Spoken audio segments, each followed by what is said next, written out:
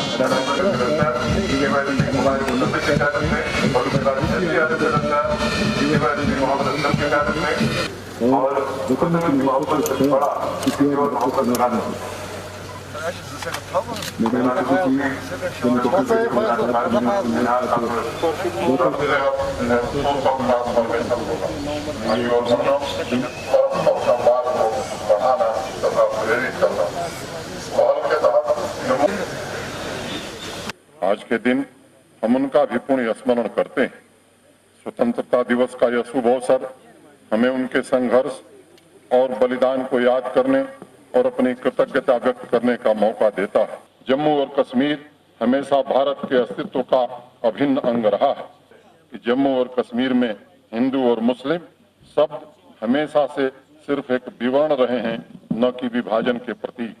देश के विभाजन के समय के धार्मिक उन्माद को नकारते हुए जम्मू और कश्मीर के लोगों ने अपने आप को राष्ट्रीय भावना के अनुरूप जोड़ा। भारतीय स्वतंत्रता संग्राम में यहाँ के लोगों का जो योगदान रहा है उससे तो हम सभी परिचित हैं। जम्मू और कश्मीर की इस धरती के जाने कितने महानायकों ने मां भारती की सेवा में अपना सर्वस्व बलिदान किया है।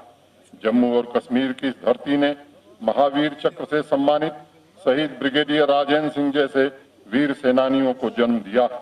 इतिहास गवाह है कि कैसे 1947 में जब उरी क्षेत्र में घुसपैठियों ने हमला किया तो ब्रिगेडियर राजेंद्र सिंह एक चट्टान की तरह दुश्मनों के रास्ते में खड़े हो गए, लौटने पर मजबूर होना पड़ा।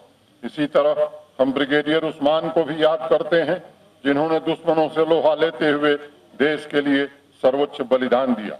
उनके आखिरी शब्द थे, मैं तो जा रहा हूं, परंतु जिस जमीन के लिए हम लड़ रहे हैं उसे दुश्मन के हाथों में कभी जाने नहीं देना। जम्मू और कश्मीर ऋषि कश्यप की धरती है तो पैगंबर मोहम्मद की भी जमीन है। यह गुरु नानक देव की धर्मस्थली है और यह महात्मा बुद्ध के दर्शन की भी धरती है। जम्मू और कश्मीर की सदियों पुरानी पारंपरिक धर्म निरपेक्षता से हम बहुत कुछ सीख सकते हैं और इसे पुनः स्थापित और सशक्त करना हमारी प्राथमिकता है। इस भूमि की विरासत है, यही इस भूमि की सच्ची कथा है और हमें इस विरासत को आगे ले जाना होगा। और इसके लिए मैं जम्मू और कश्मीर के युवाओं और छात्रों से एक विशेष अपील करना चाहता हूँ। युवा वर्ग के पास जो सबसे बड़ी चीज होती है वह है उनकी कल्पना शक्ति, इमेजिनेशन। यह आपकी सबसे बड़ी ताकत है। सिर्फ परिवर्तन ही स्थायी है। हम अक्सर यह कहावत सुनते हैं और यह एक शाश्वत सत्य भी है, पर मैं मानता हूँ कि परिवर्तन की इस उक्ति के साथ एक और भी बड़ा सच है जिसे हम सब स्वीकार करते हैं। वह सच है, इतिहास में युवा शक्ति ही सबसे बड़े परिवर्तनों की अग्रदूत रही है।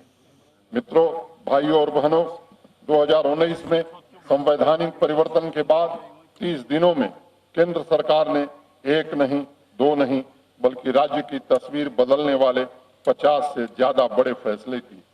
पिछले एक साल में किए गए बदलावों से समानता और विकास स्थापित करने का एक नया दौर शुरू हुआ, एक नया सफर भी शुरू हुआ। यह सफर हमें हमारी मंजिल तक जल्दी पहुंचाए, इसके लिए हमारी सरकार ने 5 लक्ष्य निर्धारित किए।